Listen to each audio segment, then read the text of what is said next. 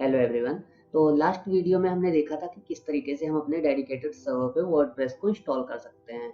तो वर्डप्रेस जब हम इंस्टॉल करते हैं तो वो बाय डिफ़ॉल्ट अपने साथ जो ऑपरेटिंग सिस्टम है उसे इंस्टॉल कर लेता है, लेकिन आज हम स्टेप बाय स्टेप देखेंगे कि हम अपना खुद का डेडिकेटेड सर्वर बना के उसमें ऑपरेटिंग सिस्टम इंस्टॉल किस तरीके से कर सकते हैं। उसके बाद हम उसमें बाकी जो रिक्वायर्ड एप्लीकेशंस होती हैं जो हमारी वेबसाइट को सर्व करती हैं, तो उन्हें हम किस तरीके से इंस्टॉल करेंगे। तो सबसे पहले हम गूगल से सर्च मारते हैं LAMP, लैम्प सर्वर। तो लैम्प क्या होता है, लैम्प के बारे में हम जान लेते हैं। लैम्प कॉम्बिनेशन है लिनक्स, अपाचे, माईएसक्यूएल, पीएचपी का। तो लिनक्स जो होता है हमारा ऑपरेटिंग सिस्टम है। हम कोई भी डेडिकेटेड सर्वर जब हम बनाते हैं क्लाउड कंप्यूटर, तो हम उस पे सबसे पहले जो स्टेप होता है हम अपना ऑपरेटिंग सिस्टम इंस्टॉल करते हैं। ऑपरेटिंग सिस्टम के बाद हम उसमें अपाचे इंस्टॉल करते हैं। अपाचे की जगह हम एनजिन भी इंस्टॉल कर सकते हैं, और भी बहुत सारे ऐसे सर्वर्स हैं जो वेबसाइट को सर्व करते हैं। तो मैं प्रीफर करता हूँ अपाचे। अपाचे इजी है, मोस्ट फेमस है। और उसके बाद हम यूज़ करते हैं माई एसक्यूएल। माई एसक्यूएल हमारा डाटाबेस है। डेटाबेस जो हमारी क्वेरीज, जो हमारे डाटा स्ट्रक्चर को सेव करता है, पासवर्ड, यूजर आईडीज, और भी बहुत सारी चीजें होती है वेबसाइट में, जो भी कॉम्बिनेशंस हैं उन सब चीजों को सेव करता है माइस्क्वेल। पीएचपी हमारी इस वक्त हम बैकएंड के लिए यूज करेंगे। हम पीएचपी की जगह पाइथन भी यूज कर सकते हैं, पर्ल भी यूज कर सकते हैं। ये बहुत सारी ऐसी फेमस लैंग्वेज हैं, लेकिन जो पीएचपी है वो हमारी ज्यादातर वेबसाइट्स के लिए प्रीफर्ड है, क्योंकि वर्डप्रेस का जो बैकएंड होता है वो पीएचपी पे ही काम करता है। तो हम इन चारों चीज़ों को आज इंस्टॉल करने वाले हैं अपने खुद के क्लाउड कंप्यूटर पे। तो हम सबसे पहले अपना क्लाउड कंप्यूटर बनाएंगे। क्लाउड कंप्यूटर में इस वीडियो में आपको बना के दिखाऊंगा अमेजॉन AWS पे। और ध्यान रहे फ्रेंड्स कि जब एक बार हम अपना क्लाउड कंप्यूटर बना लेंगे, उसके बाद जो हमें स्टेप्स फॉलो करने हैं वो सेम टू सेम होंगे अमेजॉन के लिए, हमारा और भी कहीं, जैसे कि गूगल क्लाउड पे बनाते हैं, माइक्रोसॉफ्ट पे बनाते हैं, डिजिटल ओशियन पे बनाते हैं। हम कहीं भी अपना डेडिकेटेड जो सर्वर बनाएंगे, उसको सिर्फ बनाने के यहाँ पर तरीके अलग हो सकते हैं। जब हम उसमें ऑपरेटिंग सिस्टम को इंस्टॉल कर देंगे, उसके बाद जो स्टेप होते हैं वो बिल्कुल सेम टू सेम होते हैं लैम्प को इंस्टॉल करने के। तो अगर आप इस वीडियो को देख लेंगे, उसके बाद मैं सिर्फ और सिर्फ ऑपरेटिंग सिस्टम किस तरीके से हमें डेडिकेटेड सर्वर बनाना है और वेबसाइट्स पे वो दिखा दूंगा। उसके बाद आप सभी पे अपना लैम्प आराम से इंस्टॉल कर पाएंगे। फिर भी अगर आपको किसी भी तरीके की प्रॉब्लम्स आती हैं, कोई भी प्रॉब्लम आप फेस करते हैं, तो आप मुझे कमेंट कर सकते हैं। मैं आपके कमेंट्स का रिप्लाई करूंगा और आपकी प्रॉब्लम सॉल्व करने की पूरी पूरी कोशिश करूंगा। तो चलिए फ्रेंड्स, शुरू करते हैं। सबसे पहले हमें क्या करना है, हमें सर्विसेज पे क्लिक करना है। सर्विसेज पे क्लिक करने के बाद हम सबसे पहले कंप्यूट पे आएंगे। कंप्यूट में देखेंगे EC2 पे क्लिक करेंगे। और जब तक ये ओपन हो रहा है, मैं आपको बता दूं कि जो अमेजॉन का AWS है, अगर आप इस पे न्यू रजिस्टर करते हैं तो आपको 12 मंथ्स के लिए T2 माइक्रो जो है फ्री में दिया जाता है। तो आप इससे बहुत सारी चीजें सीख सकते हैं, आपको अच्छी इसमें स्पीड मिलती है। आप अगर स्टार्टिंग प्रोजेक्ट कर रहे हैं, आप अपने स्टार्टिंग प्रोजेक्ट्स में अच्छी तरीके से इस पे सब काम कर सकते हैं। तो हम यहाँ पर देखेंगे अपना सर्वर। मैं ज़्यादातर यूज़ करता हूँ US ईस्ट, तो मैं उसी पे डिफ़ॉल्ट सेट कर लूँगा, क्योंकि हो सकता है कि आपने कहीं और इंस्टॉल किए हो दूसरे इंस्टेंस, तो अगर आपका सर्वर यहाँ से चेंज हो जाएगा तो आपको वो इंस्टेंस नहीं दिखाई देंगे। तो मैं आपको दिखा देता हूँ कि यहाँ पर मेरे इंस्टेंस चल रहे हैं। इस वक्त मेरा रनिंग इंस्टेंस है एक, जो कि मेरी ये वेबसाइट से मैं दिखा देता हूँ आपको। ये मेरी वेबसाइट है जो मैंने इस पे होस्ट कर रखी है। ये हमारी इस वक्त वेबसाइट है, इस पे मैंने अभी इसे न्यू स्टार्ट किया है, तो हम इसमें और भी पोस्ट डालेंगे।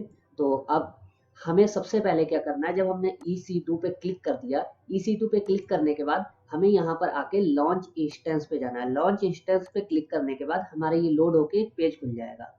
तो यहाँ पर देखिए ये अलग अलग क्या दिखा रहा है, ये दिखा रहा है कि हमें अमेजोन के मशीन जो होते हैं, इमेज मतलब L सेलेक्ट करना है। लिनक्स मतलब लिनक्स सेलेक्ट कर सकते हैं, आप विंडोज़ का भी यूज़ कर सकते हैं, लेकिन मैं प्रीफर करता हूँ लिनक्स, जो हमेशा ही फ्री रहता है, क्योंकि विंडोज़ जो है आपके लिए 180 डेज़ के लिए ही फ्री रहता है। तो यहाँ पर मैं जो मोस्ट प्रीफर करता हूँ, यहाँ पर इस वक्त 20.04 दिखा रहा है। तो ये जो नया अपडेट आ गया है, हम इसे नहीं इंस्टॉल करेंगे। हम यहाँ पर सर्च मारेंगे 18.04। ये वाला जो हमारा जो सर्वर है, ये वाला, ये कुछ समय पहले यहाँ पर दिखाया करता था, लेकिन अभी कुछ ही दिन हुए हैं कि 20.04 को भी रिलीज कर दिया गया है। तो हम इसे अभी इंस्टॉल नहीं करेंगे। इसको ना इंस्टॉल करने की वजह है फ्रेंड्स, क्योंकि जो हमारी PHP माई एडमिन है और माई एसक्यूएल है, माई एसक्यूएल के जो वर्जन है, लेटेस्ट वर्जन इसकी वजह से इंस्टॉल हो जाएंगे, उसमें एक प्लगइन वैलिडेशन की प्रॉब्लम्स आ जाती हैं, जिसकी वजह से हमारा माई एसक्यूएल PHP के साथ अटैच नहीं हो पाता इन वर्जन्स पे। तो हम पीछे ही चलेंगे और हमें इंस्टॉल करना है ये वाला उबुंटू सर्वर 18.04। हम इसे सिलेक्ट कर लेंगे। सिलेक्ट करने के बाद अब आपको यहाँ पर दिखाएगा कि किस तरीके की आपको मशीन चाहिए। तो आप देख सकते हैं हमें यहाँ पर बहुत सारी मशीनें मिल जाती हैं, लेकिन फिलहाल हमें फोकस करना है T2 माइक्रो पे, क्योंकि ये फ्री टीयर एलिजिबल है। ये हमें 12 मंथ्स के लिए फ्री देते हैं, 750 आवर्स पर मंथ के, और 12 मंथ्स के लिए ये फ्री देते हैं। 1 GB की रैम है, 1 वर्चुअल CPU है। ये हमारे लिए काफ़ी है क्योंकि हमें न्यू है और हमारा लो टू मॉडरेट यहाँ पर इंटरनेट है जो कि 1 Gbps तक के कनेक्शन का होता है। मैंने इसकी स्पीड टेस्ट की है, मैं भी आने वाली वीडियोस में आपको अपनी इसकी स्पीड टेस्ट करके दिखा दूंगा कि ये 1 Gbps तक का कनेक्शन ये लोग प्रोवाइड करते हैं इस पे। तो इन चीज़ों के बारे में बाकी हम डिटेल्स में बात करेंगे। हमारी जो Amazon AWS की मैं वेब प्लेलिस्ट स्टार्ट करूंगा तो उसमें हम डिटेल्स में बात करेंगे कि हर चीज किस तरीके से काम करती है। फिलहाल आपको general purpose T2 micro select करना है, उसके बाद कॉन्फ़िगर पे क्लिक कर देना है। कॉन्फ़िगर पे क्लिक करने के बाद आपका कुछ इस तरीके से ऑप्शन आ जाएंगे। हमें इसे कुछ भी नहीं करना है, हमें ऐड स्टोरेज पे क्लिक कर देना है।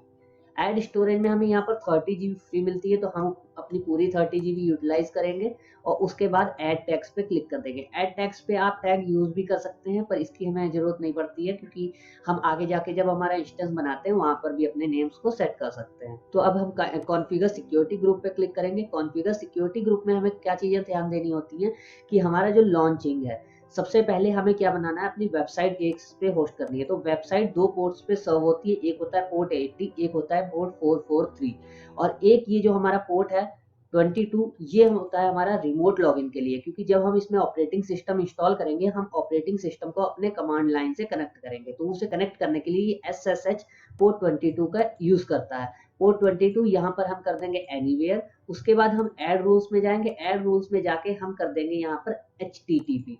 इसी तरीके से हम यहाँ पर HTTPS सेलेक्ट कर लेंगे। देखिए पोर्ट 80 और पोर्ट 443 आ गया, इनको भी हम एनीवेयर कर देंगे। उसके बाद यहाँ पर हम इसका नाम रख देंगे, हम कुछ भी रख सकते हैं। फिलहाल जैसे मैं एक वेबसाइट को होस्ट करूंगा इस पे कैमरी ट्रकिंग मैंने इसे रख दिया इसका नाम, और यहाँ पर मैं सिक्योरिटी ग्रुप। तो इस तरीके से हम इसमें नेम इसलिए रखते हैं क्योंकि हमें आगे जाके पहचान हो जाती है अगर हमारे पास बहुत सारे सिक्योरिटी ग्रुप्स होते हैं, ताकि हमें पता रहे कि हमने किस सिक्योरिटी ग्रुप को किस चीज के लिए बनाया था। तो अब हम क्या करेंगे, प्रीव्यू एंड लॉन्च पे क्लिक करेंगे। प्रीव्यू एंड लॉन्च पे एक बार हम यहाँ पर देख लेंगे ये हमारा फ्री टीयर एलिजिबल है। उसके बाद हम यहाँ पर लॉन्च पे क्लिक कर देंगे। लॉन्च पे क्लिक करने के बाद यहाँ पर हमें दिखाएगा कि एग्जिस्टिंग किसी हमें की से लॉगिन करना है या हमें क्रिएट करनी है। तो आपको यहाँ पर क्रिएट पे क्लिक कर लेना है। जो भी हम यहाँ पर तैयार कर रहे हैं कैमरी ट्रकिंग लॉगिन, जो भी आप अपनी डोमेन का नाम रख रहे हैं नहीं रख रहा है, जो भी आपको अच्छा लगे वो नेम रख लीजिए और यहाँ पर डाउनलोड कर दीजिए उस की को। अब ये क्या है, ये हमारी एक प्राइवेट की है। इस प्राइवेट की से ही हम जो हमारी ऑपरेटिंग सिस्टम है उसमें लॉगिन हो पाएंगे। जो SSH पोर्ट 22 है वो इस की के अलावा और किसी चीज को लॉगिन नहीं होने देगा। तो अगर आपके पास ये की नहीं है तो आप उस पर लॉगिन नहीं हो सकते। अब हमें इसे कुछ टाइम देना है, ये मोस्टली 10 to 15 मिनट्स ले सकता है आपके। तो हम उससे पहले हमें एक और चीज काम करनी होती, हमें एक पब्लिक IP एड्रेस बनाना है इलास्टिक। तो इलास्टिक IP एड्रेस वाले कॉलम पे आ जाइए। इस तरीके से यहाँ पर स्क्रॉल करके नीचे यहाँ पर हम देखेंगे इलास्टिक IP एड्रेस। तो इस पे हम जैसे क्लिक करेंगे तो ये हमारा लोड हो जाएगा। इस वक्त मेरे पास एक इलास्टिक IP एड्रेस है। और मैं आपको फ्रेंड्स एक चीज बता दूं कि कभी भी आपको इलास्टिक IP एड्रेस को क्रिएट करने के बाद 1 आवर से ज्यादा फ्री में नहीं छोड़ना है। इसकी क्या वजह है मैं आगे जाके बताऊंगा। फिलहाल हम एलोकेट करते हैं इलास्टिक IP एड्रेस। यहाँ पर ये डिफॉल्ट सेलेक्ट है तो हम एलोकेट पे क्लिक कर देंगे। एलोकेट पे क्लिक करने के बाद हमारा ये IP एड्रेस बन जाएगा। इसे हम यहाँ से कट करते हैं ताकि हमें यहाँ दोनों दिखाई दें। उसके बाद हम इस IP एड्रेस को सेलेक्ट करेंगे। उसके बाद हम एक्शन में जाएंगे, यहाँ पर एसोसिएट इलास्टिक IP एड्रेस पे क्लिक कर देंगे। तो यहाँ पर हमारा इसे सेलेक्ट करेंगे। मे भी ये हमारा इस वक्त रिफ्रेश करके देख लेते हैं क्योंकि अभी इसके सिक्योरिटी चेक हमारी ये जो इंस्टेंस है ये अभी क्रिएट हो रहा था तो इसका अभी नाम नहीं लिख कर आ रहा है। तो हम एक बार चेक करते हैं कि ये अभी बन चुका है या नहीं बन चुका है। एसोसिएट पे क्लिक करेंगे, देखिए ये एसोसिएट हो गया। मतलब कि ये जो हमारा E2C जो था जो अभी हमने क्रिएट किया है वो हमारा तैयार हो चुका है। देखिए इसका सिक्योरिटी चेक अभी इनिशियलाइज हो रहा है। मतलब कि अगर अभी से हम लॉगिन करने की कोशिश करेंगे तो ये लॉगिन नहीं होगा जब तक यहाँ पर 2/2 चेक्स कंप्लीट नहीं आ जाता है। तो तब तक हम इसे यहाँ पर इस तरीके से नाम रख लेते हैं इसका ताकि हमें पहचान रहे। इस तरीके से हमने इसके नेम रख लिया। तो यहाँ देखिए ये, चलिए जब तक ये लॉगिन हो रहा है मैं आपको बता दूं हमें लॉगिन किस तरीके से करना है। तो हम इस आईपी एड्रेस को कॉपी कर लेंगे इस तरीके से, और मैं आपको बता दूं कि हम जब लैंप इंस्टॉल करेंगे तो ये किस तरीके से लोड होगा। तो देखिए इस वक्त मैं इस आईपी एड्रेस को अगर सर्व करने की कोशिश कर रहा हूँ इंटरनेट से, तो ये कनेक्ट नहीं हो रहा है। इसे हम कट कर देते हैं, लैंप को कट कर देते हैं, इसका हम वेट कर लेते हैं। तो देखिए फ्रेंड्स, ये हमारा अब चेक कंप्लीट हो गया है 2x2। तो अब हम इसे लॉगिन करेंगे। लॉगिन करने के लिए हमें सिंपली क्या करना है, हमें यहाँ जहाँ पर हमारी की है वहां पर जाना है। एक मेरे पास पहले से की है, मैं इसे डिलीट कर देता हूँ। अब ये हमारी की है, तो हमें क्या करना है, हमें सेलेक्ट करना है गिट, यहाँ पर सर्च करना है गिट। तो गिट आपके डिफॉल्ट इंस्टॉल नहीं होता है, तो उसको इंस्टॉल करने के लिए सिर्फ आपको यहाँ पर क्लिक करना है, गूगल पे सर्च करना है गिट डाउनलोड। जैसे ही आप सर्च करेंगे तो आपको ये वेबसाइट मिल जाएगी गिट SCM। इस पे आप क्लिक कीजिए और यहाँ पर आप यहाँ से डाउनलोड करके इंस्टॉल कर लीजिए। सो ये तो बहुत सिंपल है, आई होप कि आप लोग इंस्टॉल कर पाएंगे। तो यहाँ से हमें क्या करना है, जो मैं कमांड्स यहाँ पर टाइप कर रहा हूँ आपको वही टाइप करनी है। यहाँ पर करना CDE एंटर। और आप ध्यान रखिएगा इस चीज का कि आपको यहाँ पर E लिखना है या C लिखना है, D लिखना है, वही चीज लिखनी है जो यहाँ पर आपके यहाँ पर लिखी होगी इस चीज जगह पे। तो उस आप डायरेक्टरी में आ जाएंगे। मेरे केस में ये ई डायरेक्टरी है जहाँ पर डाउनलोड्स हो रहा है, तो मैंने ई सेलेक्ट कर लिया। ई सेलेक्ट करने के बाद अब मैं क्या करूंगा, अब आगे हम देखेंगे कि हमारे पास डाउनलोड पाथ्स है, तो हम CD डाउनलोड लिखेंगे। मैं आपको एक चीज दिखाना चाहूंगा कि जैसे DOW लिखा और मैंने टैब दबाया तो डाउनलोड्स का कोई और फोल्डर नहीं था, इसलिए इसने डिफॉल्ट मेरे कंप्लीट कर दिया। तो अब हम एंटर करेंगे तो ये हमारे डाउनलोड डायरेक्टरी में आ गया है। तो हम अब LS करेंगे। LS करने के बाद हम यहाँ पर देख सकते हैं कि ये हमारा कैमरे ट्रैकिंग लॉगिन की आ चुकी है। तो हम इसे अब क्लोज कर देंगे यहाँ से, और हम वापस आ जाएंगे हमारे इस टैब में। तो यहाँ टैब में आने के बाद हमें यहाँ से आईपी एड्रेस चाहिए। आईपी एड्रेस के लिए हम क्या करेंगे, सिंपली यहाँ पर हम टाइप करेंगे SSH स्पेस -i, उसके बाद हम लिखेंगे CAMR और फिर से टैब दबाएंगे, क्योंकि यहाँ पर कैमरे के अलावा और सेम नेम से कोई भी नहीं है, इसलिए मैंने CAMRI लिखकर टैब दबाया तो ये ऑटो कंप्लीट हो गया। ऑटो कंप्लीट होने के बाद ये ऑटोमेटिक एक स्पेस जोड़ देगा। उसके बाद हमें यूजर का नाम डालना है। तो हमेशा जब भी हम AWS पे अपना ऑपरेटिंग सिस्टम इंस्टॉल करते हैं तो डिफॉल्ट यूजर का नेम रूट नहीं होता है, डिफॉल्ट यूजर का नेम होता है उबुंटू, UBUNTU @ उसके बाद हमें ये आईपी एड्रेस अपना टाइप करना है 3.130.35.192। ये हमारा इस इंस्टेंस का इस वक्त आईपी एड्रेस है। ये करने के बाद हमें इसे एंटर कर देना।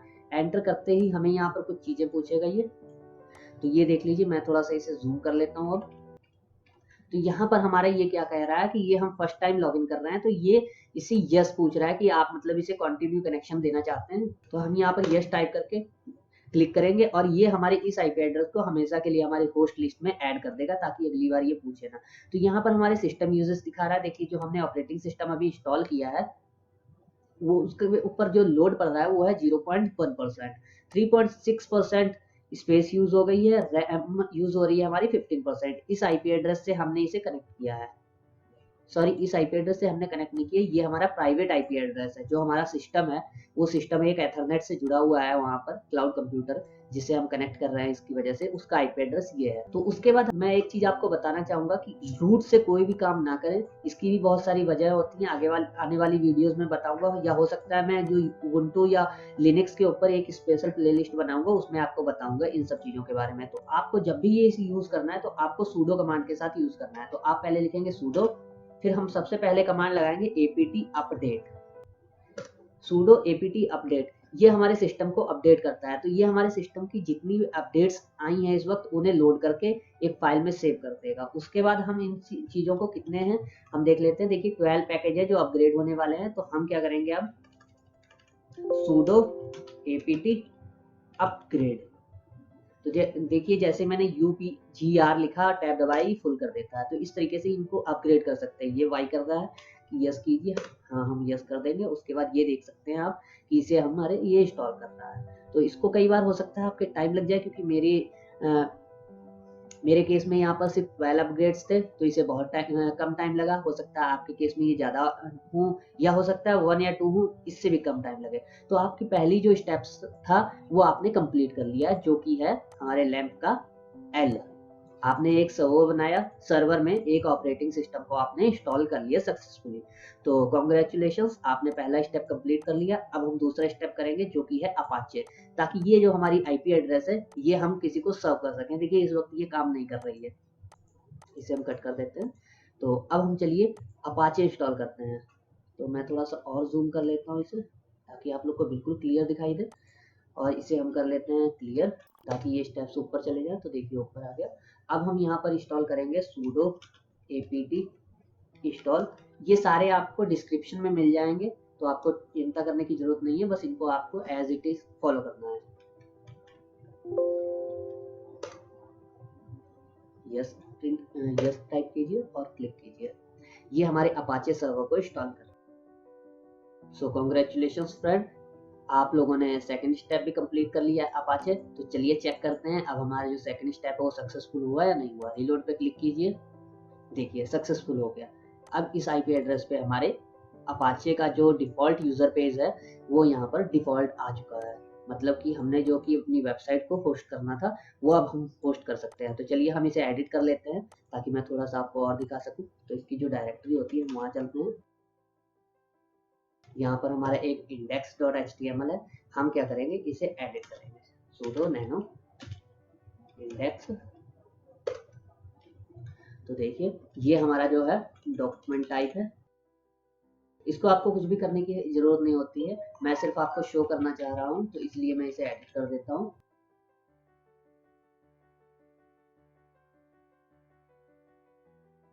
मैं आपको सिर्फ ये चीज शो करने के लिए टाइप कर रहा हूँ, इसकी आपको मतलब कि कोई मतलब स्टेप्स में फॉलो करने की जरूरत नहीं होती है।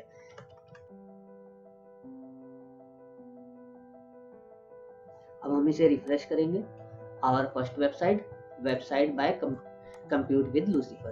तो ये देखिए ये हमारी वेबसाइट सर्व हो गई है। यहाँ पर हम अपना कोई भी वर्डप्रेस इंस्टॉल कर सकते हैं और भी वेबसाइट्स को इंस्टॉल कर सकते हैं, पर मैं प्रीफर करूँगा अगर आपको वर्डप्रेस इंस्टॉल करना है तो इससे पहले मैंने आपको एक वीडियो पोस्ट की है पूरी स्टेप बाय स्टेप। आप उस वीडियो को फॉलो करें ताकि आप लोग को वर्डप्रेस इजीली इंस्टॉल कर पाए। तो अब हमारा थर्ड स्टेप आता है my SQL. My SQL database हमें इंस्टॉल करना है। हम मारिया डीबी भी इंस्टॉल कर सकते हैं, पर मैं माई एसक्यूएल करूंगा अपने केस में। तो चलिए माई एसक्यूएल को इंस्टॉल करते हैं। तो फिर से हम क्लियर कर लेते हैं ताकि हम इस पर पहुंचे।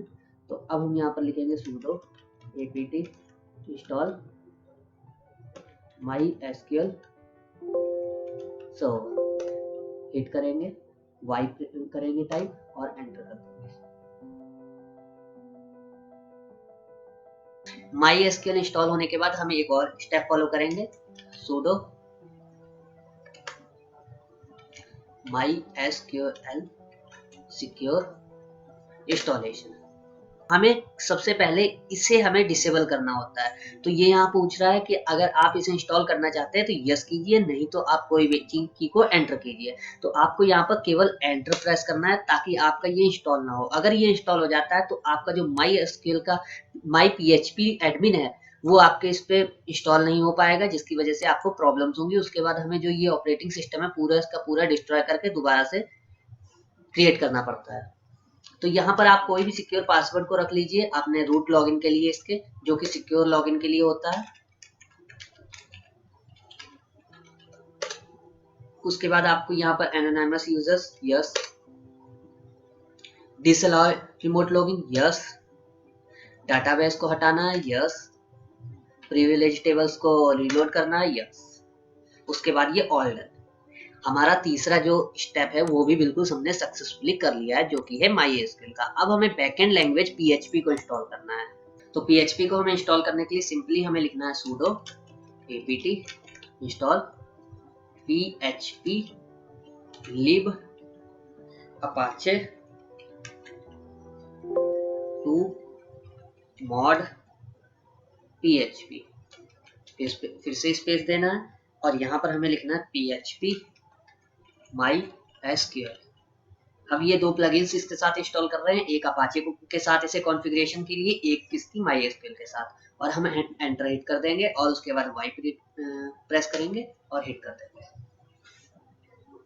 इसके इंस्टॉल होने के बाद हमें एक आखिरी स्टेप करना है। तो हमारा लास्ट स्टेप है जो हमारा PHP माई एडमिन हमें इंस्टॉल करना है। वो क्यों इंस्टॉल करना है मैं बता देता हूँ आपको। अगर हमें अपना डाटाबेस एक्सेस करना है हमारी वेबसाइट PHP एडमिन के बिना हम उसे एक्सेस नहीं कर पाएंगे। तो मैं आपको दिखा देता हूँ। अगर मैं अभी PHP माई एडमिन क्लिक करूंगा तो ये मेरा नॉट फाउंड दिखाएगा। क्यों नॉट फाउंड दिखाएगा? क्योंकि ये PHP माई एडमिन इस पे इंस्टॉल नहीं है। इसके बिना भी हम अपने MySQL डाटाबेस को एक्सेस कर सकते हैं, लेकिन वो सिर्फ हम अपने कंप्यूटर पे ही एक्सेस कर पाएंगे।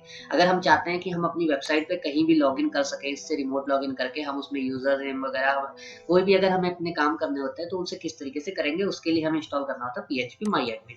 तो PHP माई एडमिन को इंस्टॉल करने के लिए सिंपल सेम टू सेम आपको sudo apt install PHP my admin.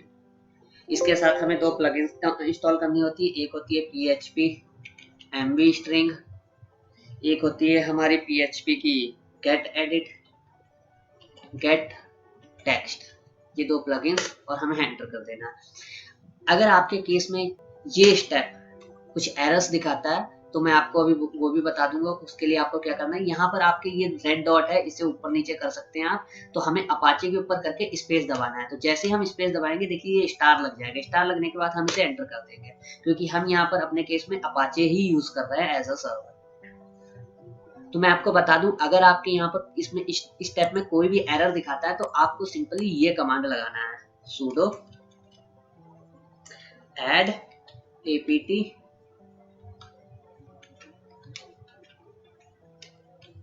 repository ppa php my admin /ppa।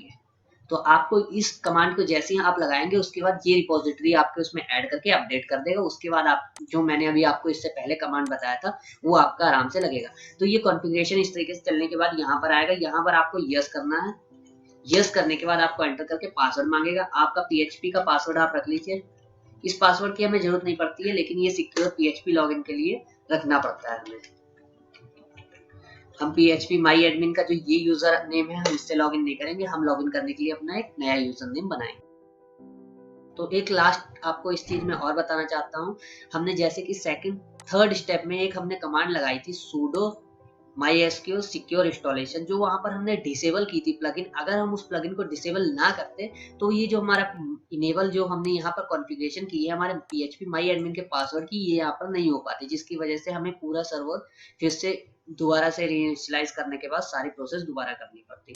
तो अगर आपको कहीं गलती से इस प्रॉब्लम को फेस करना पड़े तो आप उस स्टेप पे दोबारा जा सकते हैं। तो चलिए फ्रेंड्स, अब हमने सारी चीजें जो कि ये फॉलो कर ली हैं।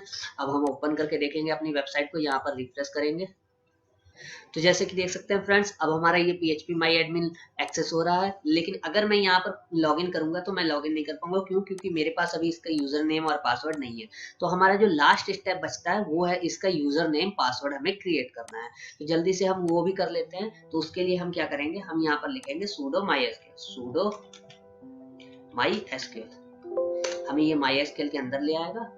सो यूजर नेम बनाने के लिए यहाँ पर मैंने आपके लिए कुछ कमांड्स साथ में लगा दिए हैं ताकि आपको ये दिखाई दे, ताकि आप लोग को कोई भी प्रॉब्लम ना हो। तो मैं इसको डिफॉल्ट यूज करता हूँ, तो मैं यहाँ से कॉपी करके इसे पेस्ट कर लूंगा। आपको एज इट इज इसे टाइप करना है। मैं बता दूं आपको, यहाँ पर जो मैंने लूसीफर लिखा है ये मैंने अपना यूजर नेम रखा है। आप यहाँ पर अपना कुछ भी यूजर नेम रख सकते हैं, और ये मेरा है पासवर्ड। आप इस पासवर्ड की जगह अपना अपना कोई भी सिक्योर पासवर्ड रखेंगे। तो आप इसे इस तरीके से हेड करेंगे एंटर। तो यहाँ पर हमारा क्वेरी ओके हो गया कि हमारा ये यूजर जुड़ चुका है। अब हम इस यूजर को सारे प्रिविलेजेस देंगे, रूट प्रिविलेजेस, ताकि ये मॉडिफाई कर सके, हर तरीके की परमिशंस देंगे, ऐड कर सके, रिमूव कर सके। तो इस तरीके से हम इसे एंटर करेंगे। एंटर करने के बाद हम प्रिविलेजेस को एक बार फ्लश करेंगे ताकि ये रिफ्रेश हो सके। हम इसे पेस्ट करेंगे, फिर से एंटर करेंगे, उसके बाद हम इसे एग्जिट कर देंगे।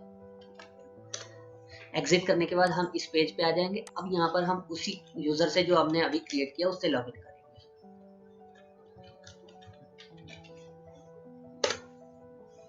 तो जैसे कि देख सकते हैं फ्रेंड्स, हमारा जो MySQL है ये हमारी वेबसाइट पे हमने लॉगिन कर लिया है। अब इसमें क्या क्या बेनिफिट्स होते हैं ये हम आगे आने वाली वीडियोस में बात करेंगे। और हम अगली वीडियो में ये भी बात करेंगे कि इस डोमेन के इस जो IP एड्रेस है इसके साथ हम अपने डोमेन को किस तरीके से ऐड करेंगे। तो आई होप ये वीडियो आपको अच्छा लगा होगा। अगर आपकी इस चीज में कोई भी क्वेरीज हैं तो प्लीज कमेंट जरूर करें, मैं आपकी हेल्प जरूर करूंगा। Thank you.